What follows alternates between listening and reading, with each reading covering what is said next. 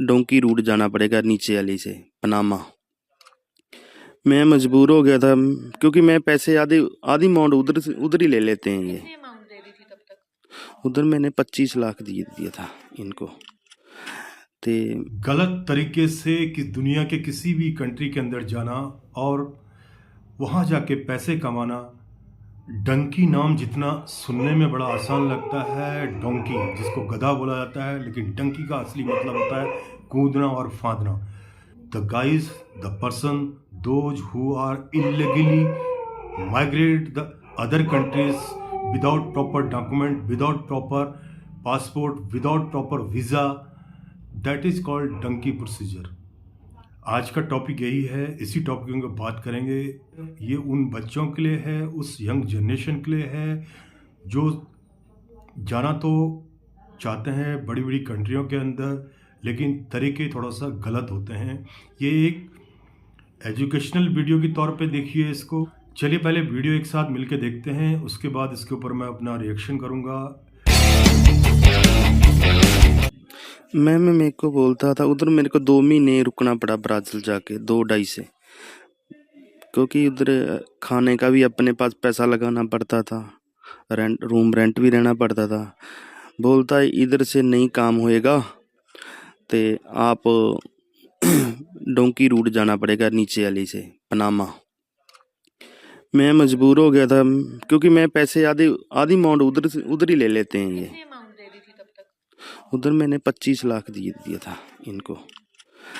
ते मेरे को फिर रास्ता यही रह गया था मेरे को जाने के लिए, क्योंकि मेरे को बोलता यहाँ फिंगर नहीं होएंगे, अभी इधर काम बंद हो गया है। फिर मैं भी सोचा कि चलो अभी जो घर जाता हूँ तो ये 2-2.5 लाख टिकट फिर वापस की लगानी पड़ेगी।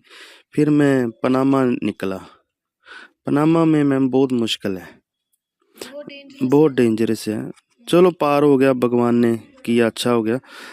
उधर एक कोलंबिया स्टेट है, कोलंबिया की बॉर्डर है, कैलेडोनिया सिटी पड़ती है, वहाँ से लगती पोर्ट शिप। उसमें जैसे कोई 15 बैठने के लिए जगह होती है, वो ओवरलोड कराते हैं, उसमें 35-40 बढ़ाते हैं। वो समुंदर है पनामा पहुंचने तक जंगल, वो इतनी छाल मारता कि हम पूरे भीग के, बैग भी भीग के, कि हमने एक दफ़ा तो छोड़ दिया कि जीने की उम्मीद छोड़ दी थी कि अभी नहीं जाएंगे, क्योंकि किश्ती ऐसे करती थी, पानी के वो पूरे लेवल में आ जाती थी, कभी कभी तो पानी ऊपर से आता था। चलो पार हो गया, वो भी रात का टाइम था। उन लोगों ने उधर से 12 बजे चलाई कैलेडोनिया से, तो 2 बजे पहुंची। 2 घंटे का टाइम लगता है, फिर जंगल स्टार्ट होता है उधर से 3 दिन का। और आपको बता दूं, ये जो पनामा का जंगल है, हम और भी जितने डिपोटीज से मिले, उन्होंने बताया कि पनामा जंगल का जो एक्सपीरियंस है बहुत ही ज़्यादा चैलेंजिंग और हैरोइंग एक्सपीरियंस था, जिसके फ्लैशबैक उनको अभी भी मिलते हैं। डेड बॉडी से लेकर, खाना ना मिलने से लेकर, 3 दिन तक बस वॉक करके उस जंगल से बाहर निकलना, जहाँ पे उन्होंने उम्मीद छोड़ दी थी कि वो कभी वापस भी आ पाएंगे। तो अभी दिलेर जी हमें बताएंगे कि वो पनामा जंगल का जो पूरा स्ट्रेच था, वो 3 दिन का, वो किस तरीके से उन्होंने और कितने चैलेंजिंग तरीके से पार किया। मैम वो 3 दिन में पार किया मैंने। उसमें अपने पास जो सामान था वो भी भीग गया था, खाने वाला, खाली चॉकलेट ही बची थी, तो जहाँ चॉकलेट पानी के साथ ही निकला 3 दिन में। उसमें हमारे को 1-2 डेड बॉडी का पिंजर भी मिला। बहुत डरानी आवाज़ आती है रात, वहीं जंगल में रहना पड़ता है जब अंधेरा हो जाता है। एक तंबू देते हैं, वो लगा के सोना पड़ता। उधर डर भी बहुत होता, सांप ना काट जे, ये किसी जहरीली चीज़ ने काटती, उधर तो कोई उठाने वाला नहीं है, क्योंकि सबको अपना अपना जाना होता है। अपना बैग भी उठाना बहुत भारी पड़ जाता है, क्योंकि बड़ी बड़ी चढ़ाई आती है ऊपर में, फिर नीचे जाना। एक नदी को कम से कम भी हम 100 बार क्रॉस करते हैं, वही नदी को ही, छोटी सी होती है, उसको 100 बार से ज़्यादा ही क्रॉस करते होंगे, वही बार बार आती घूम के आगे। हर टाइम कभी पानी इतना होता है, कभी इधर तक भी आ जाता है। बहुत मुश्किल था पनामा। चलो पार हो गया, वैसे this is border, USA America border. Yes. Okay, तो भाई ये देखो, ये आ गया यहाँ का बॉर्डर। ये बॉर्डर पे कुछ लोग काम कर रहे हैं यहाँ पे। भाई देखो कितनी बड़ी बॉर्डर बना रखी है, फिर भी लोग इस बॉर्डर को फांद फांद के चले जाते हैं। ये देखो, और ये सामने जो आप लोगों को दिख रहा है ये भी यहाँ का बॉर्डर है। कितनी बड़ी बॉर्डर बना रखी है, फिर भी लोग इसको फांद फांद के चले जाते हैं। ऐसा नहीं एक बॉर्डर बना रखी है और बीच में थोड़ी जगह भी छोड़ रखी है ताकि कोई बंदा एक बॉर्डर को फांद गया तो दूसरी बॉर्डर को फांदते फांदते पकड़ा जाए। भाई ऐसी बॉर्डर आप लोगों को पूरी दुनिया में कहीं भी नहीं मिलेगी। ये देखो इतनी बड़ी बड़ी बॉर्डर बना रखी है इन लोगों ने। ये वाला जो बॉर्डर है ये है मैक्सिको साइड में, और उधर अमेरिका साइड में भी एक और बॉर्डर बना रखा है। उसमें तो पूरी कटेली फेंसिंग लगा रखी है इन लोगों ने। दो बॉर्डर बनाई गई है। उधर भी देख लो, उधर भी एक बॉर्डर बनाई गई है। वो आप लोगों को जो दिख रहा है वो है अमेरिका का सैन यादिरो शहर, ऐसे ही कुछ है, सैन यादिरो ऐसे ही कुछ नाम है उसका। जहाँ भी पहाड़ी हो, नदी हो या कुछ भी हो भाई, सब जगह उतनी बड़ी बड़ी फेंसिंग वाली उन्होंने दीवारें खड़ी कर रखी है। फेंसिंग क्या ही बोलो यार, बड़े बड़े लोहे के सरियों से उन्होंने दीवारें खड़ी कर रखी है। इतनी बड़ी यार ये फेंसिंग, ये दीवार बना रखी है, इसको क्रॉस करना। वो भाई देखो, वो भाई अरे भाई भाई आराम से आराम से या तो इसको क्रॉस करके जाना भाई इतना पॉसिबल नहीं है। यूट्यूब वीडियो भाई, पहले तो दीवारें देख लो आप लोग, बाकी बातें तो हम लोग बाद में करेंगे। हैं? I want to go that side.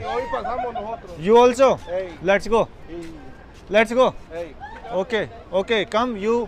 मजाक कर रहा हूँ भाई से, मैं बोल रहा हूँ कि यार मैं इलीगली जाना चाहता हूँ उधर से। कोई हल्का नहीं है यार, इस पे तो सीटी भी लगाएंगे ना, जब तक चढ़ेंगे तब तक तो कोई ना कोई पकड़ ही लेगा। केवल प्रैक्टिस कर रहे हैं यहाँ पे, डोंकी रूट मारने की प्रैक्टिस चल रही है यहाँ पे, उस बच्चे को प्रैक्टिस दे रहे हैं। मजाक कर रहा हूँ यार, वो फोटो वगैरह क्लिक कर रहे हैं वहाँ पे। तो आप लोग सोचो इतनी यहाँ पे सिक्योरिटी कर रखी इन लोगों ने, यदि कोई भी यहाँ से क्रॉस करके जाएगा तो मतलब अपनी जान हथेली पे रख के वो लेके जा रहा है। मेरे तो समझ में ये नहीं आ रहा है कि लोग इतनी हिम्मत कैसे कर जाते हैं यार।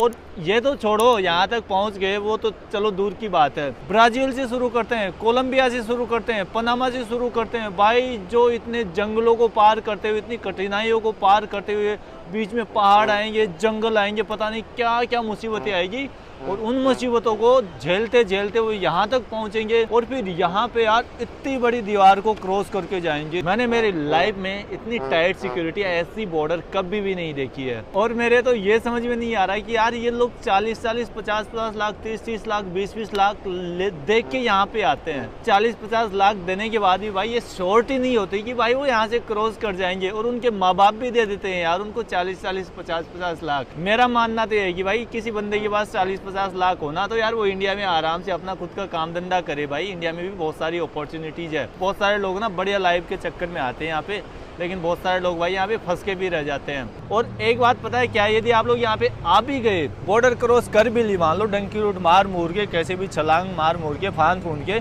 अंदर चले भी गए, तो भाई एक बार जाने के बाद आप लोग वहाँ पे असाइलम अप्लाई करोगे, और उसके बाद एक बार आप लोगों ने असाइलम सीख किया तो उसके बाद ना भाई बहुत टाइम लगता है यहाँ की सिटीजनशिप लेने में, यहाँ का पासपोर्ट लेने में।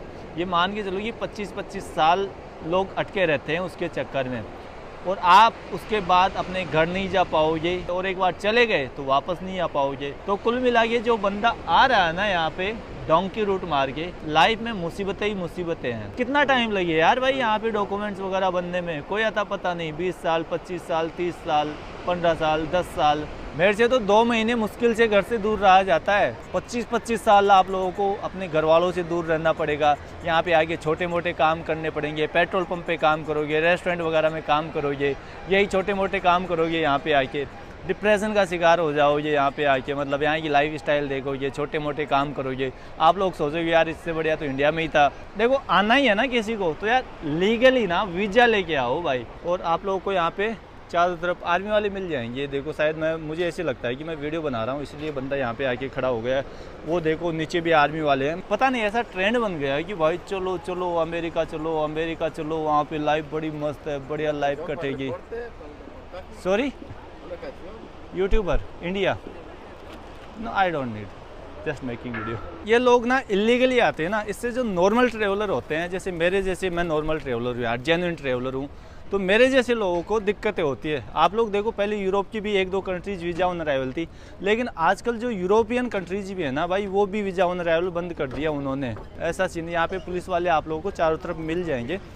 तो यूरोपियन कंट्रीज़ ने भी यहाँ पे वीज़ा ऑन अराइवल बंद कर दिया। हालांकि जो कंट्रीज़ वीज़ा फ्री कर रही है, आप लोग सोचते हो बहुत सारी कंट्रीज़ वीज़ा फ्री हो रही है या फिर वीज़ा ऑन अराइवल हो रही है, भाई वो वही कंट्री है जिनको टूरिज्म की नीड है ना। जैसे साउथ ईस्ट एशिया की जो कंट्रीज़ है ना, वो वीज़ा ऑन अराइवल है। इंडिया के लोग खुश हो जाते हैं, भाई इंडिया का पासपोर्ट स्ट्रॉन्ग हो रहा है, इंडिया को इतनी कंट्रीज, अभी मेरे पीछे बहुत सारे पुलिस वाले थे, वो गए अभी यहाँ से, इंडिया को इतनी कंट्रीज वीज़ा फ्री दे रही है, ये दे रही है, वो दे रही है। भाई एक बार रियलिटी जाके देखो, कौन सी अच्छी कंट्री इंडिया को वीज़ा ऑन अराइवल या वीज़ा फ्री देती है, ई वीज़ा देती है। वो वियतनाम दे देगी, थाईलैंड दे देगी, जिनको टूरिज्म की नीड है ना, वही कंट्रीज है ना भाई वीज़ा फ्री या वीज़ा ऑन अराइवल देती है इंडियंस को। तो ये डोंकी रूट या इलीगल जो लोग जाते हैं ना, उसकी वजह से इंडिया की इमेज बहुत ज़्यादा डाउन जा रही है यार। जो जेन्युइन ट्रेवलर है उनको बहुत ज़्यादा प्रॉब्लम्स फेस करनी पड़ती है।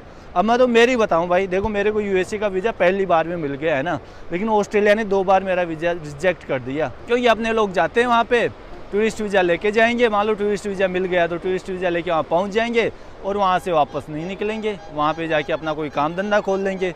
तो उसकी वजह से अभी ऑस्ट्रेलिया भी बहुत स्ट्रिक्ट हो रखा है भाई, वीज़ा नहीं दे रहा। मेरा ही वीज़ा रिजेक्ट नहीं किया, मेरे 3 दोस्तों का, जो जेन्युइन ट्रेवलर है हम लोगों को भाई रियल में ऑस्ट्रेलिया घूमना है, हमारा वीज़ा रिजेक्ट कर दिया।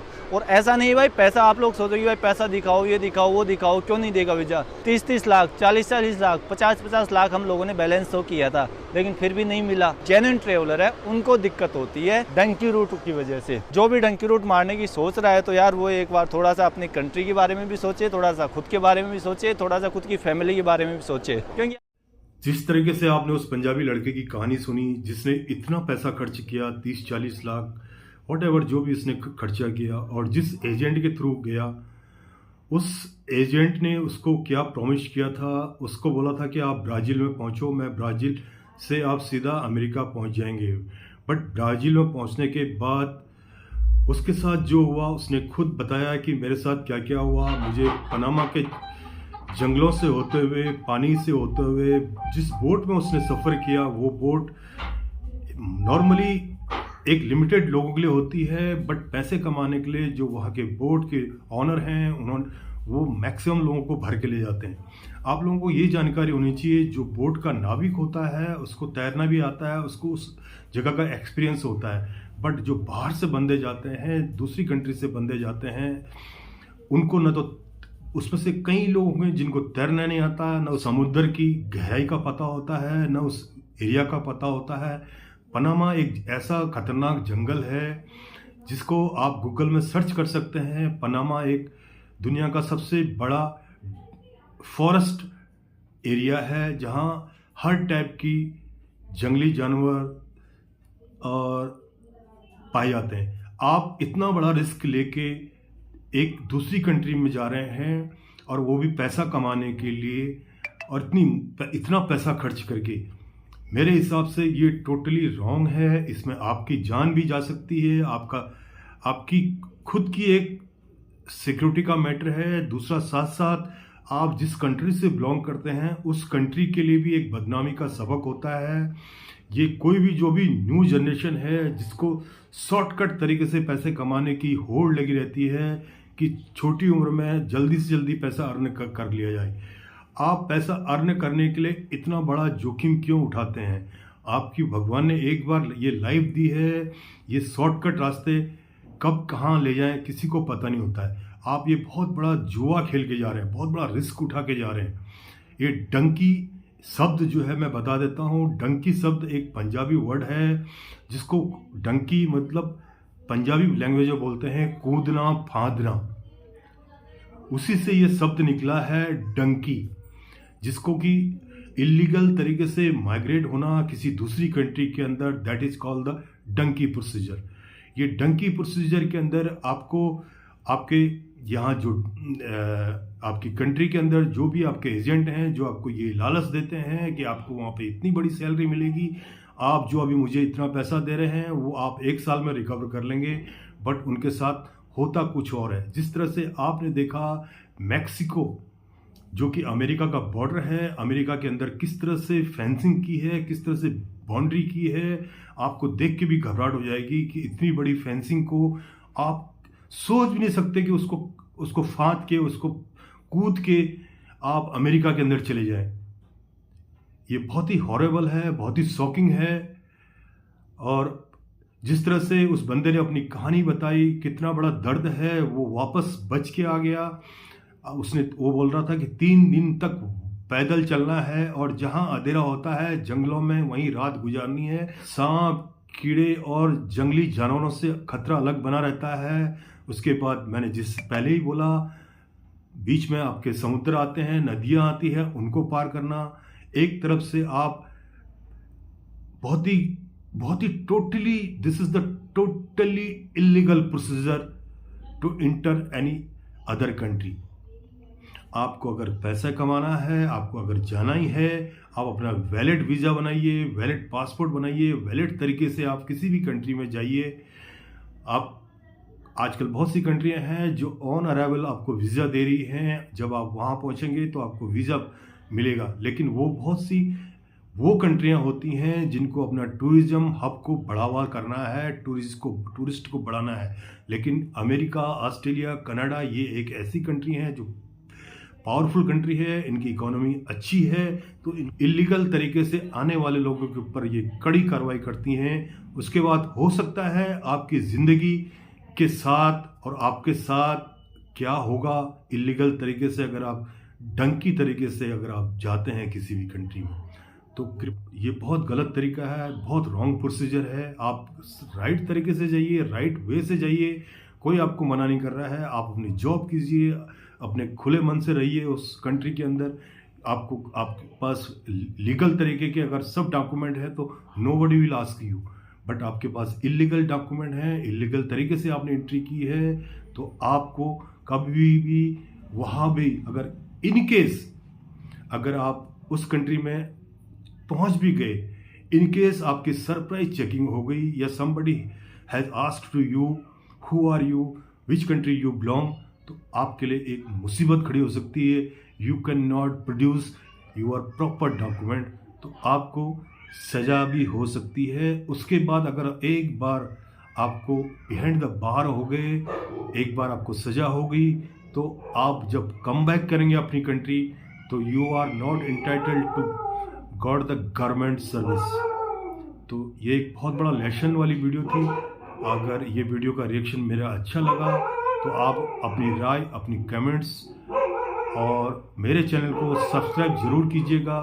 और साथ ही साथ जिनकी वीडियो को मैंने ऊपर रिएक्शन किया, ये वीडियो है Indo tracker and print media की वीडियो है। उनके भी चैनल को आप सब्सक्राइब कीजिए, उनको भी लाइक कीजिए, शेयर कीजिए। और इसी के साथ वंदे मातरम, भारत माता की जय। वंदे मातरम, भारत माता की जय।